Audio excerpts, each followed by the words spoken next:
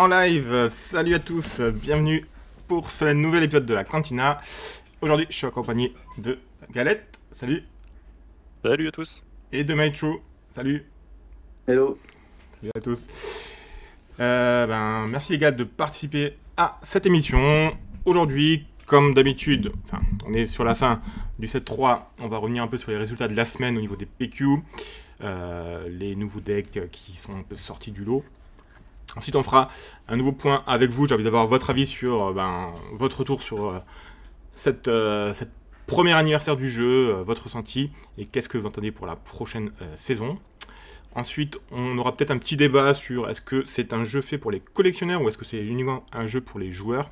On se basera notamment sur le prix des cartes et la cote des cartes. Ensuite, vous mettrez bien sûr en avant, comme d'habitude, une carte du prochain set que vous avez envie de mettre en avant, de discuter un peu du combo et de l'impact qu'elle aura sur la méta. On fera ensuite un petit point, vous savez que j'aime bien faire ça, la carte salée du set. Et enfin, on terminera avec vos objectifs perso, vos prochains tournois et quels sont vos objectifs. Du coup, comment ça va déjà ce week-end, plutôt jeu pour vous ou pas? Un petit tournoi en local sur Rennes avec la commu, c'était tranquille. Pas de gros PQ ni de gros tournois. Pas de PQ ce week-end. Du jeu de film. Et toi, Mate, t'as l'habitude de faire des deux PQ par week-end d'habitude? Ouais, non, moi, ce week-end dernier, j'ai fait le PQ de Goupilla. J'ai joué Django Tarkington. Ouais. Ça s'est pas trop bien passé. J'ai fait 2-3, j'ai drop direct. Ouais. Enfin, ça servait à rien d'insister Ça voulait pas. sur. Ouais, j'avais pas le deck il applique à 2-3 fois, donc peut-être un souci de build de mon côté, quoi. D'accord. Mais bon, on rappelle, t'es déjà PQ winner, t'as déjà ta place pour Vegas, donc c'était pas très j'ai déjà grave. ma place, ouais. Bon, c'était finir la saison avec le dernier PQ, quoi. Un petit PQ tranquille. À domicile, on va dire. Ah ouais, c'était tranquille, mais un sacré niveau quand même. On va. Il y avait du niveau, ouais. Le site de Noxm qui n'a pas mis à jour, je crois, la dernière. Il n'a pas ajouté les derniers résultats à la méta générale parce qu'il nous disait le week-end dernier qu'il est en train de faire une refonte complète du site. Il y a quand même eu encore 15 PQ. On voit qu'on arrive vraiment sur une fin de set. Il y avait beaucoup moins de joueurs quand même. Il y a eu très peu de PQ qui ont eu plus de 100 joueurs. Il y a notamment eu chez nous, Paris. Ah, salut Scipion, merci pour l'abonnement. Du coup, Paris, très beau PQ, gros plateau. Il y avait 7 vainqueurs de PQ, je crois, 6 ou 7 vainqueurs de PQ. 4 qui font top 4 notamment. Et on a Anne Jaune, Anne Yukuno Junior, qui nous gratifie d'une 3e victoire en PQ. À 14 ans, c'est assez fou. Le boss vert de Kyo, moi ça m'a fait plaisir de le voir quand même. Ça change un peu. Et au niveau du top 8, honnêtement, ça fait plaisir de voir une si belle représentativité de leader quand même. C'est pas mal, ouais. C'est vraiment pas C'est mal. révélateur de la saison. Il y avait quand même moyen de jouer un peu ce qu'on voulait. Il y avait des decks plus performants que d'autres, mais on a vu quand même pas mal de trucs gagner des PQ ou faire top 8, donc ouais. Le ban de Boba a fait du bien. Peut-être plus que le 7-3 en lui-même, mais c'est vrai que ça a ouvert un peu des lignes, quoi. Ouais, Boba a ouvert vraiment des lignes avec 2 Anne jaunes, mais c'était vraiment pas obligé de jouer Anne jaune. Et puis il n'y avait pas beaucoup de Anne jaune finalement. Le leader le plus représenté c'était Django Tarkington. Mais on voit même que Django vert a réussi à faire un top 8. Bon. Au niveau des résultats, il y en a un qui vous a un peu plus tapé à l'œil. Kira. Sur Paris Kira. Ouais, sur Paris. Enfin, tu t'attends pas à avoir du double bleu, un espèce de hard control avec du removal et la base qui donne un point de vie qui change toute la gestion de Kira quand elle sort, quoi. Ouais. Parce que tu peux pas aller la chercher, la one shot avec. Si t'as un leader qui est boss ou one solo, c'est compliqué, quoi. Donc t'es obligé de jouer différemment, quoi. Ça te demande une adaptation, quoi.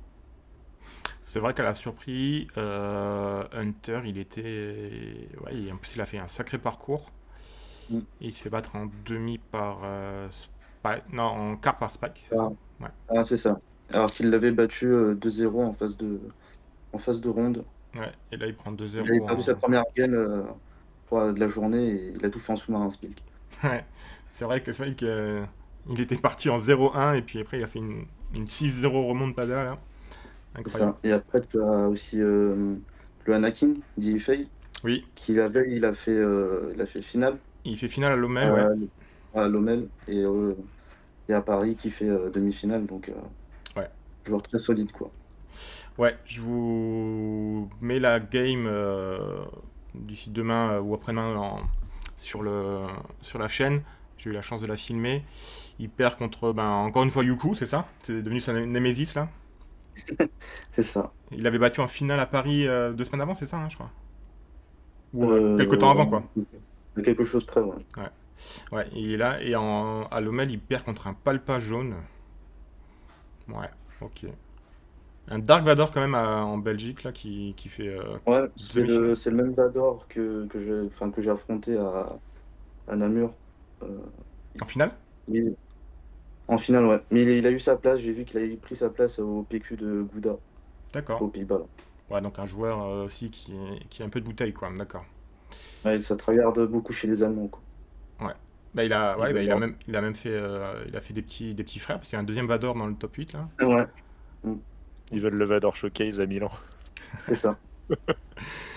Ok. Tu me disais en préparation, Galette, il y avait un tournoi aux États-Unis là qui t'avait. Non, c'est juste qu'il y a un 4 Ben qui a gagné. C'est pas Ah oui, forcément c'est le c'est un 4 Ben. deck qui est présent, mais c'est rare de le voir gagner, je trouve. Ouais, surtout On l'a moins vu gagner. Souvent faire top 8 peut-être, mais gagner, ouais, surtout un gros tournoi, hein, 113, hein, donc vraiment c'est cool. présent. Aussi avec un beau plateau en finale, hein, du Krennic, Krennic ICL, Bosque Vert qui a aussi infusé là-bas. Ouais, quasiment le même plateau qu'à Paris, seulement il y avait le 4 Bane en plus. Ouais. Non, effectivement. On disait la semaine dernière, enfin, ça fait quelques semaines qu'on dit que il y a un pool de 5-6 champions, enfin leaders qui sont potentiellement champions, ouais, effectivement, en fonction de sur quoi ils tombent. C'est bien pour le jeu, je pense. Ouais, puis c'est des styles de deck différents, donc tout le monde y trouve son compte. C'est pas que des decks aggro, que des contrôles. Ouais. Donc t'as moyen de. Il y a toujours un deck qui correspond à ton style de jeu après. Mm. C'est les match-ups, c'est la maîtrise du deck et maîtrise des match-ups quoi, qui va jouer. Donc c'est mieux ça que.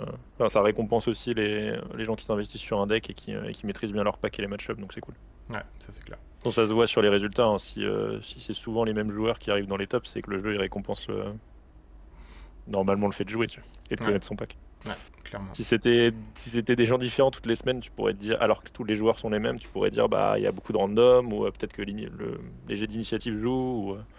Ou, là c'est régulier, c'est souvent les mêmes joueurs, c'est plutôt sain on va dire. Ça veut dire que si tu t'investis, normalement tu as moyen de faire du résultat. De parfait, ouais. Ouais. Ok.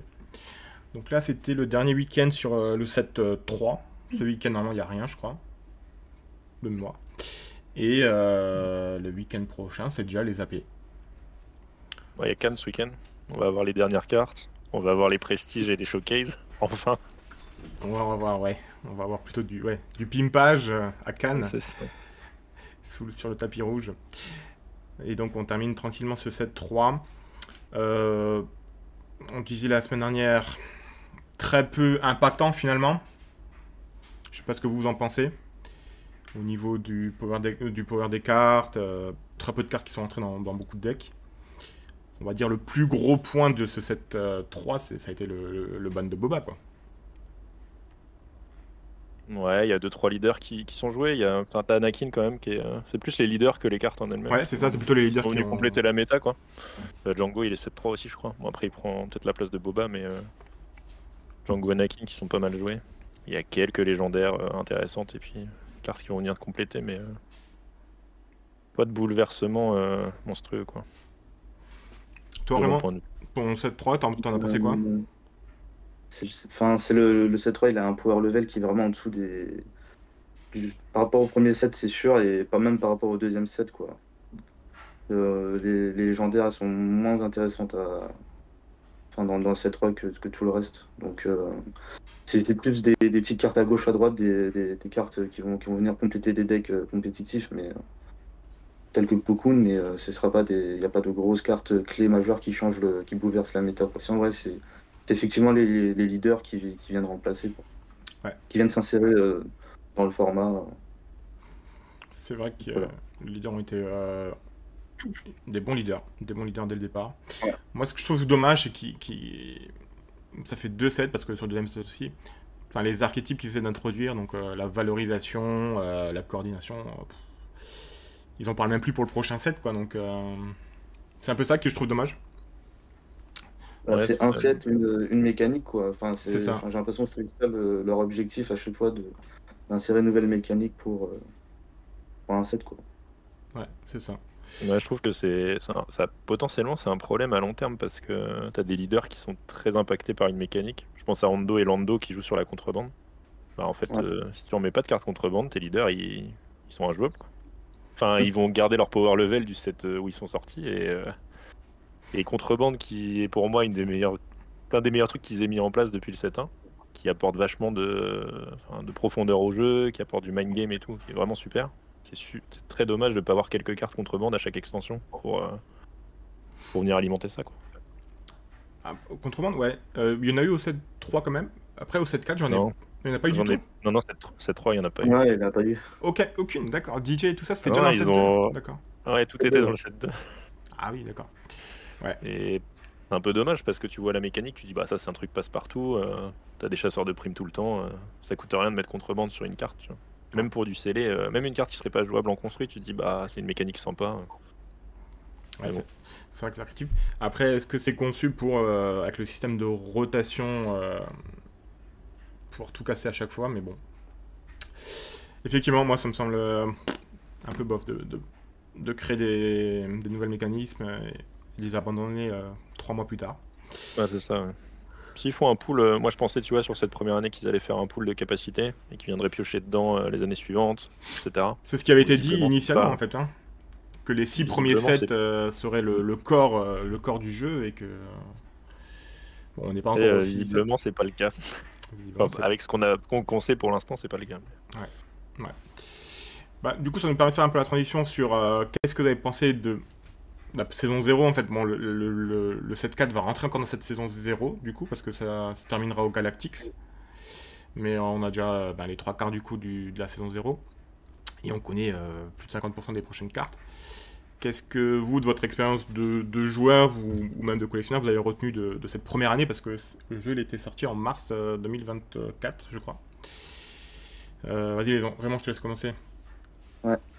Moi, je trouve que le jeu Star Wars, vraiment, en termes de gameplay, il est au-dessus de d'autres TCG. Enfin, j'ai l'impression de retrouver vraiment tout ce qui est mécanique à la Hearthstone, avec des effets assez simples, avec des unités qui peuvent se buff et taper. Et le fait d'avoir le ping vraiment action par action, là, c'est vraiment. Ça rend le jeu dynamique. J'ai testé d'autres TCG là récemment. Quand tu as des gros tours où tu dois faire que tuto, enfin, c'est marrant, mais c'est des tours qui sont assez longs, quoi. C'est vrai que ça a été un des premiers à... Alors maintenant, quasiment tous les TCG vont introduire cette mécanique de ping-pong, là, d'activation alternée. Mm. Ce qui arrive également... Enfin, je sais pas si vous êtes joueur de Wargame, mais par exemple, les anciens Wargames, tu faisais ton tour en entier et pendant une demi-heure, l'autre ne faisait rien. Dans les anciens TCG aussi, à Magic, c'est comme ça. Et là, dans les nouveaux Ouais. Wargames, maintenant, c'est ça aussi, c'est des activations alternées pour justement garder l'intérêt du joueur qui n'est pas concerné par son tour principal. Ils ont introduit ça dans le TCG aussi, je trouve que c'est une très bonne mécanique, effectivement. Et toi, Galette? Non, moi, j'ai kiffé la première année du jeu. Et ça fait longtemps que je jouais à des TCG et je me suis jamais autant investi et eu l'envie de m'investir sur un TCG. D'accord. Comme dit Raymond, c'est ultra dynamique, c'est péchu.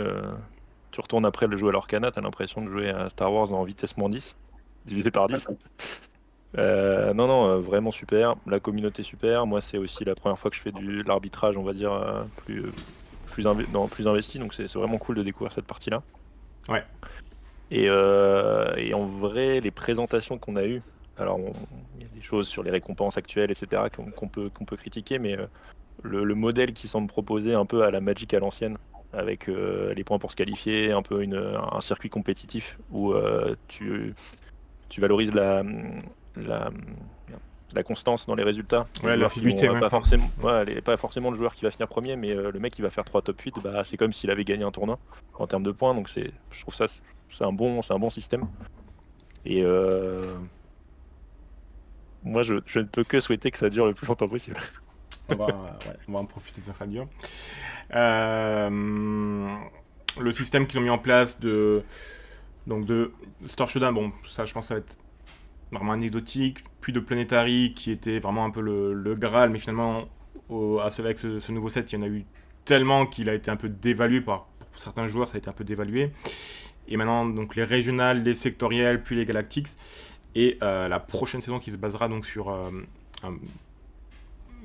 des récompenses en points pour la participation. Ça vous semble correct? Est-ce que ça dévalue pas un peu le fait de gagner des PQ, qui sont quand même des gros tournois à gagner, hein? Il y a 7 rondes plus 3 games en finale, donc ça fait quand même 10 games à gagner, à être le meilleur. Qu'est-ce que vous pensez, vous, de ce système compétitif?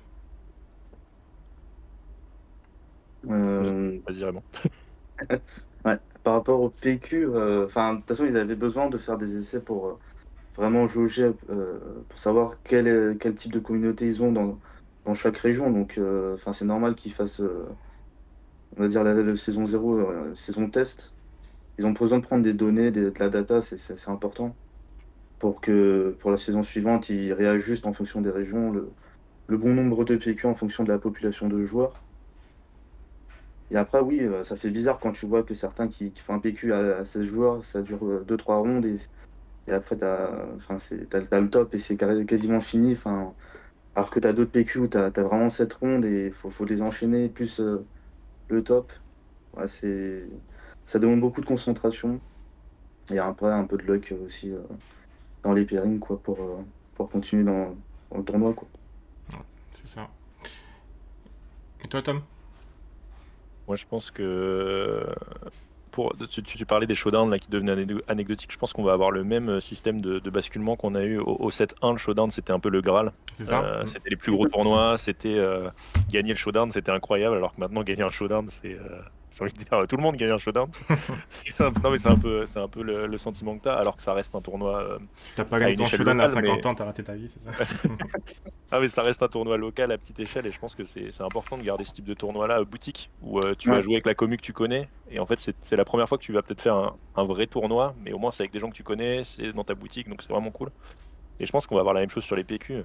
Les PQ, pour moi, ils sont pas faits pour 128, ils sont faits pour 64 à 128. Donc en fait, je pense que à partir de la saison suivante, on va avoir beaucoup plus de PQ moins remplis. Ce qui n'est pas forcément négatif, mais en gros, les gens vont se dire, bah, je fais pas tous les PQ de France, j'en fais 2-3 autour de chez moi, parce que je sais qu'en fait, le niveau au-dessus, c'est le sectoriel, c'est le régional. Et là, je vais vouloir me déplacer pour les 2 sectoriels et le régional de la saison. Ouais. Alors, je sais pas combien on en aura, peut-être qu'on aura 2 régionales et 4 sectoriels, mais c'est un peu l'idée. Je pense qu'il va y avoir ce glissement, et pour moi, le système de récompenser la constance des joueurs, elle est importante parce qu'on reste dans un jeu de cartes où il y a une part d'aléatoire. Non maîtrisé, ton deck il peut te brick 3 fois dans la gueule si t'as pas de bol. Et du coup, bah, avoir ce côté, je m'investis, je vais à plusieurs tournois. Et plus tu fais de parties, moins la chance elle a d'importance. C'est ça. Donc si t'es bon, normalement tu vas avoir ton résultat à la fin et tu auras ta qualification si t'es motivé. Donc, pour moi, c'est le meilleur moyen de motiver les gens à jouer et à s'investir dans le jeu. Ok, on verra ça donc pour la prochaine saison. Mais il faut des belles récompenses. Et voilà, ça c'est autre chose. Il faut maintenir les joueurs actifs. Pour les joueurs, et il faut des belles récompenses pour les arbitres aussi. dans le sens où, on n'est pas très très nombreux. Et du coup, pour motiver les troupes, bah faut des trucs qui brillent. Parce que là, la récompense arbitre, c'est quoi actuellement? C'est la carte avec écrit judge dessus? C'est la carte de participation écrit en judge avec le foil des cartes promo. Moi, je suis très content avec ça. Hein. Ça pime très bien le Twinson.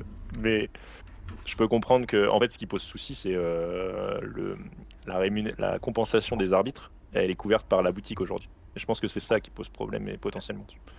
Tu peux avoir des boutiques qui vont dire, bah, j'ai pas les moyens de me payer 3 arbitres pour faire du 120, ou même 4 arbitres pour faire du 128. Et donc, en fait, je vais limiter mon PQ à 60 et j'aurai un arbitre avec moi. Tu te retrouves avec des conditions peut-être moins bien pour l'arbitre et pour les joueurs, parce que bah, t'as moins de... C'est comme avec les enfants en sortie verte, hein, il faut un adulte pour tant et 10 tant de enfants, joueurs. bah, c'est pareil pour les tournois, il faut un arbitre pour 20-25 joueurs max pour que ce soit bien. Donc je pense sur les deux tableaux, il faut motiver les gens à venir en tournoi pour jouer, et il faut motiver les gens à se dire, bah arbitrer c'est cool aussi, et ça permet aux autres de s'amuser, mais il faut avoir un petit retour sur ce truc-là. Moi, il y a un point que je voulais... tiens, c'est bien que tu me fasses penser à ça aux boutiques. Le fait de se baser sur les boutiques, vraiment quasiment à 100%, parce qu'en fait, l'éditeur, ben, il donne juste les displays pour les PQ, mais après, toute l'organisation est confiée aux boutiques. Ouais. Est-ce que ça vous semble pertinent ou pas? Parce que du coup, ça augmente encore plus les disparités. Ben, par exemple, là, on a vu le PQ organisé par Goupia Suken, dans un super hôtel, on avait de la place, c'était lumineux, on n'a pas crevé de chaud, on avait de la restauration sur place, c'était vraiment cool. Et on a eu des expériences un peu plus malheureuses, on va dire, avec même des joueurs qui faisaient des malaises. Est-ce que ça aussi, vous pensez que c'est... Là, ils ont fait un checking, ils ont fait un scanning des boutiques, on va dire, entre guillemets, sérieuses. Et il y a peut-être des boutiques qui vont se faire un peu refuser l'organisation de certains tournois ou pas? Bah, supposition, hein, on reste dans la j'ai supposition. mon avis. Pour se prononcer sur ce sujet-là, ça va être compliqué. Hein. En tant que joueur, j'ai pas de boutique, donc c'est difficile à jauger. Je comprends bien que la FFG fasse confiance à certaines boutiques pour organiser et que certaines boutiques peuvent décider d'augmenter la taille, de changer de salle et faire des choix un peu. Le tournoi à Epita, c'était un peu compliqué. On était un peu tous un peu mis dans une boîte comme une boîte de conserve des sardines, quoi. Enfin, c'était. Mais bon, ça n'a pas empêché les joueurs compétitifs d'être focus, de savoir faire abstraction de tout ça. Mais après, pour les joueurs qui n'ont pas trop l'habitude de ces gros événements-là, et en plus d'être concentrés dans une petite salle, oui, c'est pas forcément l'endroit le plus adéquat. Donc, Ouais. je pense qu'il faut qu'ils revoient certaines localisations de salles. Peut-être il y en a qui seront dans une liste rouge et par exemple, Epita ne ferait plus partie des listes, des salles autorisées pour. Ouais. Après, là, je voulais pas forcément nommer l'endroit, mais tu l'as nommé, on t'en remercie, mais il n'y a pas que ça. Enfin, par exemple, l'endroit, je le connais parce que c'est un endroit qui est souvent loué pour d'autres tournois. Enfin, Yu-Gi-Oh, je sais que j'ai fait plein de tournois là-bas. C'est ça, ouais. Ça s'est toujours bien passé parce qu'ils louaient des grandes salles. Après, là, c'était peut-être une coïncidence. De tout faire à la dernière minute et de tout changer à la dernière minute qui a fait qu'on s'est retrouvé dans une situation un peu bancale.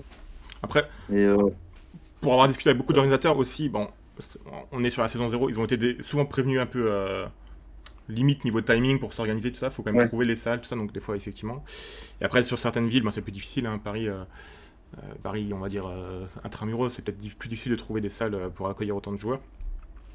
Mais moi, c'était plutôt... Est-ce que l'éditeur ne va pas mettre, on va dire, un cahier des charges à respecter, hein, comme ça peut se faire pour certains concerts, des choses comme ça. Il faut avoir tant et tant d'espace, tant et tant de place. Peut-être, j'espère qu'ils ont fait un retour là-dessus aussi, parce que sur les derniers PQ, les joueurs devaient faire un retour de leur expérience, notamment. C'est ça. Ils prennent les feedbacks de chaque joueur, c'est ça. Normalement après chaque événement. Donc, ouais. Je pense qu'il y avait déjà un cahier des charges, hein, parce que j'ai souvenir que les salles devaient justifier de pouvoir accueillir au moins 64 joueurs et aussi d'avoir des judges dispo. Enfin, il me semble qu'il y avait ça quand tu postulais pour un PQ. Après, de ce que j'ai compris, le 7-4, ça va être d'autres boutiques peut-être qui vont avoir les PQ. Oui. Parce que je sais que il y en a déjà certains qui ont annoncé, même s'ils n'auraient pas dû. On n'a pas le droit. C'était des boutiques qui n'avaient pas de PQ au 7-3, donc ça voudrait dire qu'ils vont encore un peu sonder d'autres boutiques, donc ça c'est cool. Ouais, parce qu'on reste dans la saison 0, on reste dans la saison crash test. Ouais. Et en vrai, si à terme, toutes les boutiques 7-3 et 4 ont un PQ et que c'est des PQ à 64 joueurs, bah, très bien. Hein. Ça permet de tu vas te déplacer moins loin pour ton PQ. Donc la semaine dernière, Arnaud Mipel nous disait trop de PQ, il faut réduire, et toi tu es plutôt dans le sens, on augmente le nombre de PQ, et ça prend entre guillemets moins de prestige, mais au moins les joueurs peuvent en faire plus facilement, quoi. Bah c'est ça. En fait, tu vois, les joueurs se plaignent des récompenses du PQ. C'est entendable. Je pense qu'il y a des. En fait, ils se plaignent pour l'investissement que c'est. C'est ça. Mais en fait, aujourd'hui, c'est un peu comme les showdowns à l'époque du 7. Hein. C'est ça. Enfin, c'est comme se plaindre qu'au 7-1, bah, ton showdown, t'avais un Windu champion. Bah ouais, mais en fait, c'est à terme, ce tournoi-là, c'est un tournoi, je vais pas dire local, mais c'est un tournoi départemental, quoi. C'est ça, ouais. Genre, Ouais, je suis d'accord avec ça. t'as le PQ de l'Oise, bah, c'est à Beauvais. Enfin, le PQ entre Lille et Paris, c'est à Beauvais. T'as un PQ à Lille, t'as 3 PQ à Paris, un PQ à Rennes, un PQ à Nantes, un PQ à Bordeaux. Enfin, c'est un peu le gros tournoi de la ville, tu vois. Ouais. Et s'ils partent dans cette optique-là, avoir des récompenses légères, même si on peut faire mieux, surtout dans le choix de cartes, je pense que c'est ça qui choque les gens. Moi, le premier. Que bon, les 2 vaisseaux, ils sont pas très iconiques, puis ils vont pas trop dans le thème. On te vend la guerre des clones, paye tes 2 vaisseaux. Mais bon. Ouais. Et je pense que c'est plus ça, c'est quand on aura le sectoriel régional, c'est là où on va vraiment voir le. Enfin, le PQ, c'est l'entrée dans le compétitif. Ça veut dire que tu as des joueurs casual, c'est leur premier tournoi.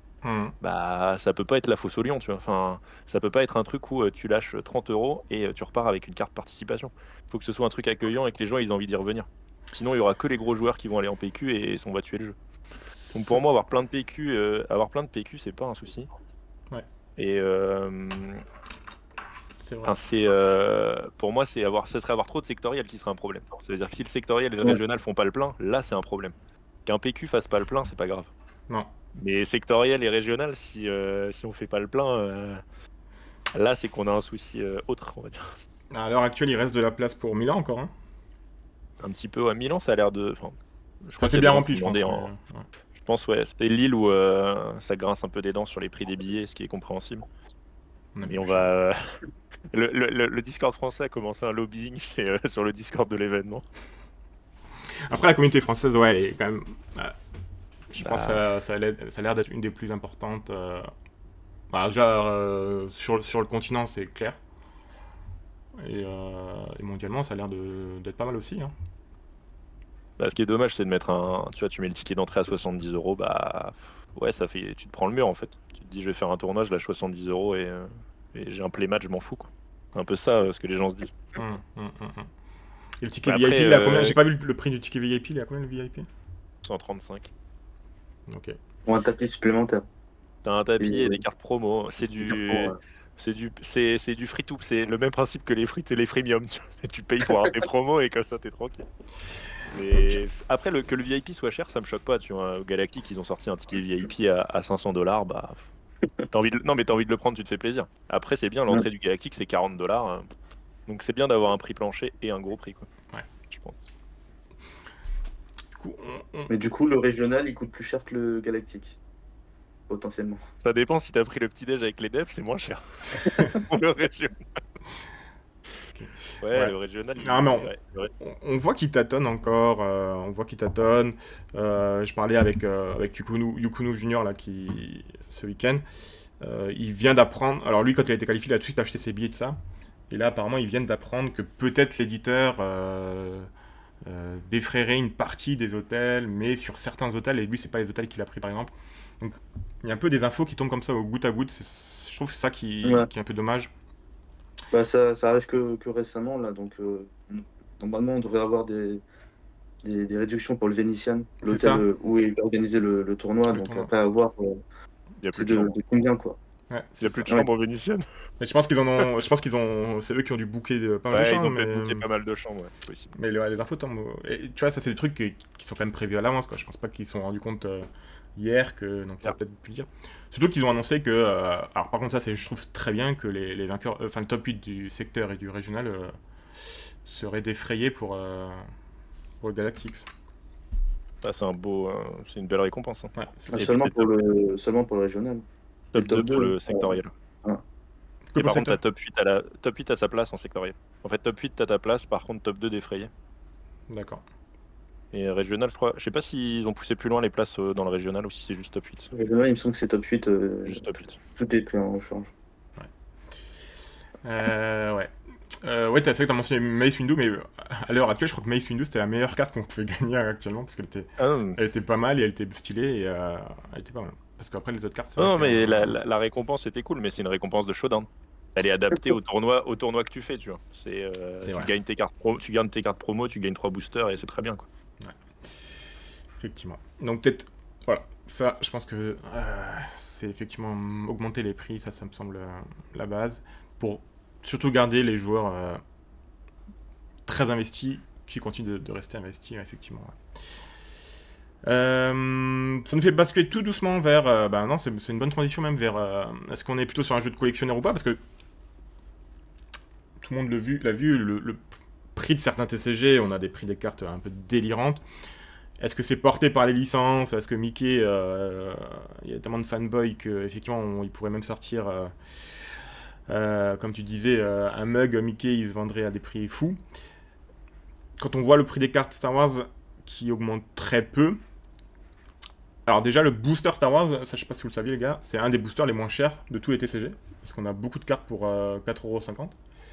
Encore moins cher si on l'achète en anglais. Et quand on voit les cartes les plus chères qui sont les showcases, la showcase la plus chère actuellement elle doit être à quoi, 300€ en français? C'est Boba 7.1 le plus cher. C'est 600. Mais c'est Boba. C'est encore Boba? Ça se peut pas. Ouais. Ça reste Boba? D'accord. Bah, il était à 1000€ avant le ban, donc. Ouais, il a perdu 50%. D'accord. Mais ouais. Ouais. Ça reste Boba. Qu'est-ce que vous pensez de ça? Est-ce qu'on est vraiment sur un jeu fait pour les joueurs et peu de collection? Il y avait tout le fait que certaines cartes étaient un peu décrites au début au niveau des illustrations, pas très belles, donc je pense que peut-être ça a peut-être refroidi certains collectionneurs aussi. Et est-ce que le fait de rajouter les packs carbonites va changer quelque chose de la situation? Toi Raymond, tu étais plutôt collectionneur au début, maintenant tu passes plutôt joueur, c'est ça? Ouais, j'étais plutôt collectionneur. Je faisais juste le main set, au moins avoir le playset de chaque carte pour pouvoir les jouer et avoir la collection à côté. Et de pimper aussi juste les decks que je considère que j'ai envie de jouer en compétition. Mais ouais, maintenant avec du recul, maintenant il y a la rotation. Donc est-ce qu'il y a un intérêt de pimper un deck pour un an? Enfin, après, si le prix des cartes n'est pas très élevé, je le ferai. Enfin, je vais le pimper, quoi. Le deck, je le pimperai quoi qu'il arrive. Mais je mettrai pas 1000€ dans une carte. Enfin, si Boba remonte à 1000€, c'est peu probable, je l'achèterai pas Boba, quoi, à ce prix-là, quoi. Ouais. Et ouais, et le pack carbonite, bah, je pense que c'est une bonne chose. Ça va faire revenir de nouvelles têtes, je pense. Enfin, des gens qui voudraient juste collectionner des belles cartes, de beaux objets, je pense que ça peut peut-être les intéresser. Après, les joueurs compétitifs, le pack carbonite, il aura peu d'intérêt, à part s'il y a des collectionneurs parmi les joueurs compétitifs qui sont un peu cachés, quoi. Et voilà. Et après, il y a eu beaucoup de spéculations sur le 7.1. Et il y avait peu de stock, donc du coup, ça a fait monter la cote des cartes. Maintenant, enfin, ils sont en train de réimprimer même le 7.1, même en français, donc... Et avec la rotation, je pense que les prix ils vont pas trop augmenter. Et d'un côté, c'est une bonne chose aussi pour les nouveaux joueurs, quoi, qui voudraient s'y mettre. C'est un TCG qui coûte pas trop cher. Tu peux avoir un deck compétitif pour 100€, grosso modo, on va dire. Yugi, je sais que je claquais des 500€ pour un deck. Et c'était pas la rareté max. Si tu veux faire rareté max, le deck il fait un prix qui fait plus qu'un SMIC, quoi. Donc voilà. Ok. Toi Tom, t'es un peu plus fanboy? Non, moi je veux pimper mon Twin Sun, c'est tout. Donc, Twin Suns, Ah, hein, j'aime bien avoir. c'est une carte de chaque exemplaire, hein, c'est ça? Ouais, c'est ça. Moi j'aime bien avoir une. Je cherche pas forcément la plus rare, mais celle que je trouve la plus jolie dans toutes les versions de la carte. D'accord. Donc souvent c'est l'Hyperspace. Je trouve que pour qu'un TCG marche, il faut un peu des deux. Il faut du joueur et il faut du collectionneur. C'est ça, ouais. Donc c'est bien. Là, je pense que niveau joueur, enfin, le jeu a une bonne mécanique. Donc je pense qu'on va Mm. pas avoir du mal à garder les joueurs, déjà, ce qui est très bien. Et maintenant, il faut convertir des joueurs. Ça va prendre un peu de temps, mais je pense que ça peut le faire avec le circuit qu'ils annoncent, etc. Et maintenant, ce qu'il faut, c'est amener du collectionneur qui en fait ouvre du display. C'est ça qu'il faut. C'est ça qui est intéressant, hein. Le collectionneur, bah, c'est le principe de Whale sur les C'est ça. sur les jeux mobiles, hein. C'est les mecs qui claquent 3 SMIC à chaque extension parce qu'ils veulent la carte la plus rare. Et en fait, en faisant ça, bah, il permet aux joueurs d'acheter leur carte à l'unité et d'avoir le jeu qui continue, quoi. Donc les whales, c'est les baleines, effectivement. Mais pour qu'il y ait des baleines, il faut que tes cartes valent de l'argent. Et voilà, on en revient sur Ça. le serpent qui se mord la queue. Si la carte la plus chère que tu peux espérer ouvrir te rembourse pas, entre guillemets, boîte. ta mise, c'est compliqué. Ouais. Bah, c'est là où je pense que les cartes sérialisées, c'est une bonne idée. Parce que ça, typiquement, c'est un truc... Tu vois, je pense à un truc con, mais la carte sérialisée 66, Bah, elle risque de coter un peu parce que Horde 66, machin, les gens vont essayer de la récupérer peut-être. Et s'ils jouent bien leur jeu et que les cartes prestige, c'est, tu vois, là on a les vaisseaux uniques pour cette extension-là. Ouais. L'extension 5, c'est Légende de la Force, je crois. Ouais. S'ils gèrent bien leur truc et que les cartes prestige, c'est que des Jedi, que des Sith, un peu iconiques et tout, avec des illustrations qui claquent. Bah là, tu vas attirer le mec qui collectionne du Star Wars et qui s'en fout du TCG. Mais en fait, bah, ce gars-là, il va te prendre des displays. Donc, toi, quand t'es joueur, t'es content quand le mec il vide la boutique parce que il va vider la boutique de carbonite. Il va pas vider les displays de jeu. Mais en fait, la carbonite, c'est ce qui va faire le plus de bénéfices pour l'éditeur. Donc, Bah, c'est ça. on le voit avec Magic qui sort. Ils sortent des trucs collector tout le temps en fait. C'est pas destination des joueurs. Enfin, c'est à destination des joueurs de Commander, mais Et c'est sold pas out à tout le temps. destination des joueurs. Et c'est sold out tout le temps. C'est toujours en rupture. Ouais. C'est sûr que. On verra. C'est sûr que bon, voilà. Après, on se compare toujours à Mickey parce que c'est une grosse licence. Star Wars, c'est quand même une grosse licence. Il y a de quoi faire, il y a de quoi attirer des fanboys facilement, quoi. Mais bon. Je pense qu'il faut voir le Galactique comment ils vont gérer parce que pour moi c'est à la fois un gros tournoi et un gros événement Star Wars TCG. Il faut voir comment ils arrivent à amener du curieux, on va dire. Du mec qui connaît rien et qui va venir pour faire un site, pour prendre des photos avec des cosplayers parce que je sais pas s'ils le vendent comme un tournoi TCG ou comme une conférence Star Wars. Bah, moi, j'espère vraiment, voilà, c'est vraiment aussi un point que je veux mettre, j'espère vraiment que ces conventions, ça va être une convention de Star Wars avec du TCG, et pas une convention de TCG avec un peu de Star Wars, quoi. Bah, je pense qu'à régional sectoriel, c'est sûr que ce sera un tournoi TCG, ça faut pas se leurrer, hein, vu comment c'est vendu et ce qui est annoncé. Mais c'est très bien, hein, c'est ce qu'ils font. Par contre, le Galactique, faut qu'ils mettent un peu faut qu'ils vendent du rêve, quoi. Ouais. Ouais, va falloir vendre du rêve. Faut faire la vitrine pour lancer le jeu, quoi. Et dire, ah, ça fait un an qu'on est là. Nous aussi, on peut faire des cartes à 15 000 euros. C'est un peu ça, mais... Ok. Ah. Ok. Bon, bah, ça c'était pour l'aspect collection et avenir du jeu. On va revenir sur le concret, ce qui nous intéresse, le compétitif, les cartes, avec toi, Raymond. T'as repéré une carte du prochain set là que tu voulais nous mettre en avant. Ouais. Je vais nous la mettre à l'écran. C'est... Hop, je vais peut-être la mettre comme ça. Tac. Tac. Vas-y, je te laisse en parler. Le pass de désintégration, bah, ça va être la carte qui va permettre le deck Vador d'avoir un removal vraiment et de pouvoir faire le ping pour éliminer l'unité adverse. Donc pour toi, tu peux annihiler n'importe quelle unité quasiment, quoi. Enfin, avec donc, Vador, ouais. avec Vador, avec le ping de Vador. Et donc du coup, ça va permettre le deck d'être un peu plus consistant au niveau des... Si tu as besoin de gérer un DJ qui te prend une ressource et qui te reste 4 ressources, tu peux toujours faire le 3+1 avec le ping et gérer le DJ et donc annihiler le tour du DJ, quoi. C'est vrai que Et du coup, ça va rentrer pile poil dans Vador, et Vador va falloir, pour certains joueurs, aller chercher la showcase.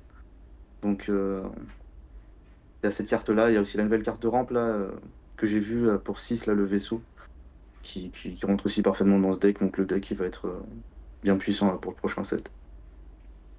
C'est vrai que on a discuté il y a 2 semaines, je crois, avec Loulou notamment. Les affinités rouge-noir, là, ça a été pas du tout gâté là depuis 2 sets. Enfin, ouais, 2 sets. Donc là, il se rattrape un tout petit peu. Enfin, on voit des bonnes cartes qui sont pas que jaunes. Ça fait plaisir. Au niveau, juste comme ça, en aparté, pour le prochain set, vous partirez, sans vous divulguer vos plans évidemment sur la comète, mais sur un ancien leader que vous maîtrisez bien, qui va être un peu boosté par le nouveau set, ou alors la surprise et partir directement sur un nouveau leader. Pour Milan, je pense que le choix logique, ce serait de partir sur un ancien leader. Enfin, ça va être très proche, hein, il y a même pas un mois. Ouais. C'est un peu risqué d'aller aligner un deck, enfin, peu maîtrisé. Après, si le niveau du joueur le permet et que c'est bien un deck buildé et que le deck il tombe parfaitement le jour J, tu peux dérouler, mais c'est beaucoup plus risqué, ouais, de sortir un leader du 7-4 ou avec les nouvelles cartes, quoi. Et toi, Tom? Alors, Tom, il aime bien construire. Tom, il aime bien construire. Ouais, j'aime bien faire des decks. Je les joue pas bien, mais j'aime bien faire des decks. Je Je trouve que l'aspect surprenant en fait sur Milan, enfin en gros, si tu te ramènes avec, avec Anne Jaune ou avec Django, bon bah les gens vont connaître ton deck à une carte ou deux près. Mhm. Globalement. Après, tu peux tenter le bluff, hein. Tu joues le leader, la couleur et tu changes complètement de stratégie, mais c'est un autre plan encore. Mais j'aime bien l'idée de me dire que Milan, ça va être un peu la jungle, et en gros, il va y avoir tout et n'importe quoi. Ouais. Alors, il y aura, je pense, bien 40-50% de deck 7-3, pimpé 7-4. Comme tu dis, Raymond, c'est le choix de la sécurité. Mm. Mais il va y avoir ça va être marrant, il va y avoir dans les premières rondes, tu vas te taper des trucs improbables, je pense, et ça va être très très sympa. Ouais. Ça va être frustrant Ouais. si tu perds contre un truc exotique, mais ça va être marrant aussi, Ouais. quoi.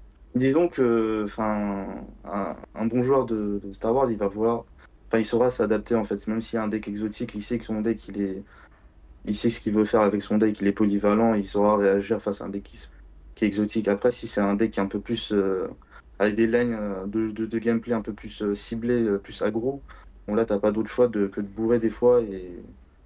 Et donc, si c'est exotique, tu peux pas t'adapter, bon bah tu peux te faire rouler dessus, quoi. Ouais, moi, Donc, c'est un entre-deux. moi- Faut vraiment miser un peu sur la chance, quoi. Je me dis, si tu sors un nouveau deck, quoi. ouais, moi, ça me fait penser au début du 7-3. Il y a Katie Audi qui a sorti le deck à Django Rouge, Tarkin Town, et qui avait vraiment Ouais. surpris et qui avait vraiment dominé la méta pendant 2-3 semaines de PQ. Même si, évidemment, le Han jaune, ouais, il était aussi là et avait bien rempli aussi les victoires en PQ. Donc à voir. On va sans doute avoir ça, hein. À l'issue de Milan, tu vas avoir, auras peut-être 2-3 leaders du 7-4 qui vont ressortir dans le top 64 en disant bah Mm. ouais, ce deck-là c'était le bon call, ça bat Anne, ça bat Sabine, et par contre ça perd contre d'autres trucs, mais Ouais. le problème c'est le temps pour tester en fait. C'est ça. Et Ouais. t'as 2 semaines, déjà faut tester et il faut les cartes. Et c'est ça l'autre problème aussi. Ouais. C'est ça, il faut les cartes, ouais. Bon, tester, ça teste déjà très très dur, hein, je crois. Ça teste déjà très très dur. On a déjà des deck tech sur des leaders, des nouveaux leaders, mais ouais. Ok. Toi, Tom, tes cartes que tu voulais discuter. Et juste une remarque sur la carte choisie par Raymond, je trouve c'est une super carte dans le design parce qu'en fait, elle fonctionne très bien avec un leader. Et j'aime bien le principe de cartes qui vont venir renforcer un archétype sans forcément booster tous les archétypes de la couleur. Parce que potentiellement, ça fait revenir un peu sur le devant de la scène un leader qui est parfait, particulièrement adapté à cette carte. C'est-à-dire que si t'as pas moyen de mettre facilement le ping de manière constante, bah, la carte est quand même vachement moins bien. Mm. Et avec Vador, elle est incroyable parce que pour 4, tu gères tu gères tout sauf une unité shieldée, quoi. C'est ça. Et ça, c'est cool dans le design. Je trouve que c'est une bonne approche de design. Surtout sur des leaders moins joués. On va pas donner des armes à Anne Jaune et Sabine, c'est peut-être pas le meilleur game design, mais Ouais, surtout qu'ils en ont quand même eu encore quelques-unes. ouais, Non, c'est quelques-unes. Alors, toi, tu voulais pas nous parler d'une carte, mais même de deux cartes. Un petit, Ouais, une petite association marrante. Une interaction, ouais, on va dire ça plus qu'une combo. Non, ils ont sorti une nouvelle carte pour payer moins cher, donc c'est toujours intéressant. Alors c'est assez restrictif parce que c'est rouge-blanc, mais le défaut c'est que tu donnes 2 petits TIE Fighter 1-1 à ton adversaire. Et en échange, tu as une réduc de 2 parce que tu payes 1 ta carte et tu payes 3 de moins ensuite. Et en fait, avec le nouveau camion là, qui fait 1 dégât à toutes les unités que tu souhaites en arrivant, bah, tu supprimes directement les 2 tailles que tu as donné à l'adversaire. Et derrière, tu peux faire du ping sur le reste du board. Ça te le fait arriver tour 3. Donc, et c'est quand même un beau bébé 3-7. Donc, j'ai regardé un peu s'il y avait d'autres véhicules avec qui ça pouvait être intéressant. Il y a le vaisseau dont parlait Raymond, là, le ramp aussi, qui peut être pas mal, si tu le fais arriver 2 tours avant. Le ramp rouge, ouais. Le vert. Vert, ouais. Vert, ouais. Mais globalement, j'aime bien la carte qui permet de payer moins cher parce que vu que le 7-4 va rester pendant 2 ans, encore 2 ans, on va avoir pas mal de sets pour peut-être rajouter des véhicules pour synergiser avec. Et donc, il y aura moyen de faire quelque chose avec un peu à la manière de Surprise Attaque Furtive, qui permet de jouer moins cher aussi ces unités. Toutes ces cartes-là, c'est des cartes sympas. Ouais. Là, ouais. Donc voilà. Mais le camion est très très bien. Enfin, moi j'aime beaucoup. Puis dans Django, c'est goldé. Le camion va bien rentrer dans Django en triple dark, il va bien sortir, ouais. Ouais, ça va être marrant. Ouais. Bah, tu sors le leader, tu sors ça. T'as gagné ton tour. C'est clair. En plus, c'est juste une inco. Ouais, c'est juste une inco en plus. Pas mal. Bah, ça, c'est. Ils aiment bien faire le design, hein. Les meilleures cartes, c'est pas des légendaires, hein. Ouais, ça aussi. Ok. Ça, c'était pour les deux cartes que vous voulez mettre en avant. Au niveau des leaders, toi, tu restes toujours. Le pot te fait toujours de l'œil, Tom? T'avais parlé Ouais, du. j'aime beaucoup Von Reg, le pilote aggro. Oh, bah, du premier round. rouge-noir d'ailleurs, ouais. Ouais, bah en fait, c'est. Tu peux faire le. Kylo, tu pouvais swarm sur le terrestre, et avec Von Reg, tu peux swarm aérien, donc c'est marrant. Est-ce que ce sera fort? J'en sais rien, mais marrant, c'est sûr. Pour Et rappel, après, ouais, Tom est un des seuls joueurs compétitifs de Kylo en France. compétitif, c'est un bien grand mot, hein. Mais bon. Mais non, non, j'aime bien qu'ils gardent.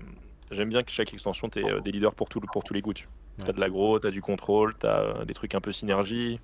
Et ils ajoutent un truc intéressant avec le Han qui est la construction de deck. Tu vas chercher à avoir beaucoup de, de cartes impaires pour optimiser le. Ça, c'est cool. Des bonnes. Toi, vraiment, t'as un leader qui t'a fait de l'œil dans le nouveau set là? Dans le nouveau set, il y a, il y a peut-être le Han jaune. Enfin, le nouveau Han jaune avec tout ce qui est impair. Donc, après, à voir comment ça sera buildé le deck. Mais je pense qu'il y a des trucs sympas à faire, quoi. Un petit Han Swarm qui dégueule juste du board, jusqu'à que l'adversaire puisse plus répondre et tout bourrer sur la tête, quoi. Moi, c'est le Throne. Le Throne double death là me fait de l'œil. Mais bon, on va voir. Le Swan, il va être marrant aussi, hein. Le Il va être Swan, marrant, il va être dur à builder parce que les cartes. Ouais. One Defeated, il n'y en a pas non plus des masses, mais bon, on verra ça. Mm. Ok, en restant dans les cartes, je voulais votre avis sur ma petite maraude de fin de set là, avant que je sorte ma vidéo, sur les cartes salées. Si vous regardez cette vidéo, dites-nous en commentaire quelle est votre carte salée, c'est-à-dire la carte que vous ragez complètement quand vous la voyez jouer par un adversaire, ou au contraire, vous adorez la jouer pour vraiment voilà, mettre un petit pic à votre adversaire et le voir un peu se décomposer en face de vous. Surtout sur les 3 sets en fait, hein, sur toute la saison. Toi vraiment, c'est laquelle qui te fait un peu bader, ou alors que au contraire tu kiffes jouer? Voilà, DJ, hein, DJ, quand tu discardes la ressource avec ton leader Han, c'est beaucoup trop fort, quoi. Enfin, si ça passe, ça fait vraiment mal à l'adversaire, quoi. Ouais. S'il n'a pas la gestion à l'instant T, c'est l'autoroute derrière pour le finir, quoi, l'adversaire. Ouais, la sortie de DJ, effectivement. On a de tête comme ça les cartes qui viennent, effectivement, c'est DJ Tech. Le Ruthless qui était. Tech, il est pas trop gênant. Au contraire, moi je trouve qu'il est bien dans le format, parce que même pour tout ce qui est villainy, tu peux mettre Tech et faire des plays un peu exotiques et des fois revenir dans des games. Donc, moi, je trouve qu'il est beaucoup plus polyvalent, mais DJ, vraiment, il peut enfoncer des games, quoi. Ouais. Et toi, Tom, c'est quoi? Moi, c'est Vigilance. Ah, Pour les mauvais souvenirs de deux hard control qui se regardent pendant 50 minutes à se défausser leur deck et à faire réappro. Enfin, non, je sais plus. Bon, la carte qui remet dans la bibliothèque. Ouais, c'est ouais, c'est réappro. Et non, et je trouve que quand tu joues aggro, c'est la carte que tu veux pas voir en fait. Ouais. Et, pour 4. Mais à part ça, bon, tout ce qui est défaut, c'est jamais plaisant, mais. Ouais, on a 7 qui nous dit les sparks, les pillages, ouais, les vigilances, effectivement. Ouais, tout ce qui fait défausser. Mais là. on va voir un petit défaut, ça. De toute façon, faut être prêt, là. L'archétype défaut, c'est toujours pas là. C'est horrible. Ah oui, vous avez vu un archétype défaut qui se mettrait en place? Ah, ils ont sorti encore 2 cartes là qui vont dedans. Ouais. Ah, le Queen Anne, il va vraiment être boosté sur le format, là. Sur le set, là, il va être, Alors, ouais. être infernal. Donc là, j'ai la première game que je stream à Goupilla, c'est un Queenlan qui fait finale à Sainte-Maure. Comment il s'appelle? Darth, je sais plus comment il s'appelle. Un joueur très sympa. Qui sort 3 force throw d'affilée à son adversaire, qui jette simplement la game, hein, parce que voilà. Et la game suivante, il lui sort 2 sparks de suite. Et pareil, ça a duré 10 minutes. Mais voilà, est-ce que l'archétype de défausse va vraiment prendre? Parce que dans un jeu où on pioche 2 cartes, je trouve ça moins fort quand même que dans d'autres TCG. Ouais, mais t'en perds une en fait, que tu dois mettre en ressources. Ouais.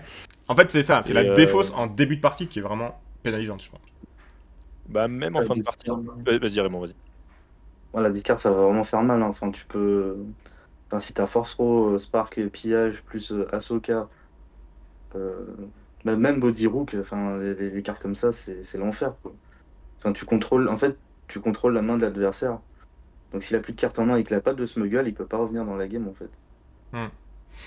Les tours où t'as l'initiative, le mec a pas de carte, il pioche 2 et tu fais pillage, mais tu vois la vie ça. s'éteindre dans ses yeux. Enfin, Ouais. c'est horrible. Bah, pillage, je peux comprendre parce que pour un tu défausses 2. Enfin, pour une de tes cartes, tu Pour en quatre. défausses. Ouais, mais pour Ouais, une de tes c'est cartes, t'en défausses 2. Mais après, toi, les autres cartes, c'est du 1 pour 1 quasiment. Alors, certes, souvent, tu vas chercher la carte que tu veux dans la main de ton adversaire, donc tu vois sa main et tu choisis la carte. Mhm. On le voit en finale à Goupia quand Yuku enlève les rampes de Keo, bah, il gagne la game, hein, c'est Mhm. clair. Hein, c'est clair. Ouais. Mais, Ouais, mais en fait, quand tu joues de la défausse, ton deck il est fait pour que tu. Enfin, il est fait pour en fait. ouais, Et donc, tu t'enlèves. Tu vois, quand tu poses un body rook, tu poses une 3-3, c'est des stats de merde pour un tour 2. Sauf qu'en fait, bah, tu vires le resupply, tu vires la carte qui faisait que la main de l'adversaire était ultra bonne. Et ça devient une poubelle en fait, sa main. ouais. Mhm. C'est ça. Et Ça- surtout, tu fais du plus 1, moins 1, quoi. Ouais. Toi, t'as unité sur le board, lui, il a une carte en moins dans sa main. Ahsoka, ça va être pareil. Ahsoka, c'est horrible. Et Ahsoka plus Force Throw, bah, c'est GG well played. Après, tu peux quitter la game, quoi. c'est clair. Ça passe. C'est clair. Salut, C'est pour salut ça Asuna. c'est pour ça qu'il faut jouer Kylo. Parce que t'aimes bien contre défausse. Tu veux jeter ta main et après les cartes défausse, ça va à rien. C'est clair. Ok, bah écoutez, merci pour vos cartes salées. Donc si vous regardez la vidéo et que vous n'avez pas encore donné votre carte salée et que la vidéo, ma vidéo de carte salée n'est pas encore sortie, n'hésitez pas à la mettre en commentaire. Je pense que j'ai déjà mon top 10 là, des cartes les plus salées du set. Ok, bah écoutez, on termine tout doucement cette émission. Donc, on fait toujours un focus sur les invités sur la fin de partie. Donc, je le disais en début d'émission, donc toi, Maze the Shoot, tu as gagné un PQ, donc tu as ta place pour Vegas. Tu Ouais. iras. Oui, ça c'est sûr. Il y a pas de... Y a aucun doute sur ça. D'accord. Et les régionales sectorielles, Milan, Liverpool. Milan, c'est sûr. Lille, c'est sûr aussi. C'est juste Liverpool, en termes de budget, je suis en train d'y travailler pour voir si ça rentre ou pas dans le budget. Ah, c'est vrai que Liverpool, Donc, c'est pas donné. extrêmement C'est le cher. plus cher. Ouais. Mais ce sera le plus accessible en termes de tournoi et de faire un top avec un Vador. Chercher la showcase qui sera un peu d'exemplaires en circulation, quoi. En termes de joueurs, tu veux dire qu'il y aura moins de joueurs compétitifs qui vont se déplacer sur Liverpool? Il y aura, je pense, oui, parce que c'est un peu excentré. Tout ce qui est Milan, va y avoir les Allemands, enfin tous ceux qui sont à côté, ils vont quand même venir, hein. Donc je pense qu'il y aura beaucoup plus de joueurs à Milan que Liverpool. Et si on veut chercher une showcase Vador ou Luc, c'est à Liverpool, quoi. À Milan, ça risque d'être compliqué. Ouais, effectivement. Ouais. Moi, je mise tout sur une showcase fine. Mais bon, faut faire 64. Ça va être compliqué. Ça va être compliqué. Et toi, Tom? Tu seras arbitre au Galactics? Non. Non, je fais Milan, je fais Lille, je fais Vegas normalement. Vegas, ça sera en joueur quoi qu'il arrive parce que c'est un one shot. C'est un one shot et je veux le faire côté joueur, pas côté orga. À Lille, on verra peut-être pour l'arbitrage selon ce qu'ils proposent et l'organisateur. Enfin, en gros, l'orga qui se met en place, on n'a pas encore trop d'infos pour l'instant. Ouais. Et puis je vais essayer de faire des PQ aussi pour avoir ma petite place pour le jour 2 à Vegas parce que ça peut être sympa. Des PQ du C, peut-être. Ouais. Mais en tout cas, ça c'est intéressant. Tu vas à Vegas quoi qu'il arrive. Tu vas, même si tu faut faire le premier jour. Tu vas. Ouais, bah, il va y avoir aucun vainqueur de PQ. C'est ultra accessible comme tournoi. C'est vrai, c'est vrai. Non, mais j'y vais. Moi, c'est vraiment. Je me suis dit sur la première année, je vis l'expérience à fond. Je fais tous les. Enfin, j'essaie de faire un tournoi de chaque type et l'occasion d'aller à Las Vegas, donc autant faire d'une pierre deux coups. Ah, c'est cool, c'est super cool. Ok, bah c'est cool. Bah écoutez, niveau du chat, je sais pas s'il y avait eu des... J'ai pas vu vraiment de questions. Il y avait Seb qui nous disait que lui, ses cartes, c'était le Spark, pillage et vigilance, on aurait toutes les cartes qui défaussent, quoi. On voit le joueur traumatisé par la défausse. C'est le joueur de Palpatine vert, ça. Il aime pas pillage. Ah oui, pas, ouais. Ouais, pillage, ça fait mal, ouais, effectivement. Ok. D'accord. Bah non, bah écoutez, c'est tout bon pour ce soir. Un grand merci pour la participation, les gars. Merci à toi. On se dit à très bientôt. Si vous nous regardez en rediffusion sur YouTube, l'émission est en direct tous les mardis, donc je vous invite à venir les mardis pour participer directement au chat. Et sinon, si vous avez des questions à nous poser ou aux intervenants, notamment si vous avez des questions sur l'arbitrage, on a Tom qui est présent ici. Mettez un commentaire, je lui transmettrai votre question. Parce qu'effectivement, tu le disais, il nous faut des arbitres. Vu l'importance et le nombre de tournois qui risquent d'augmenter, il va falloir des arbitres. C'est ça. Pas de gros drama en France, ça fait plaisir. Non. On n'a pas eu un Berlin drama en France, ça c'est cool. Melee commence à être maîtrisé par le groupe arbitral, ça c'est cool. Mais maintenant, faut que Melee plante pas, faut pas qu'il fasse de mise à jour le vendredi soir. On va espérer. Et on va peut-être pouvoir récupérer les decklists sur Melee, ça c'est bien. Ouais, j'ai hâte de voir le système quand on aura ça. On verra. Parce qu'il va falloir des PC pour les deck checks et tout, ça va être une autre logistique aussi. Ouais. Ok. Eh bien merci, une bonne soirée à tous, un bon visionnage si vous regardez en rediffusion, bonne pioche à tous, et bien sûr, ciao ciao les amis.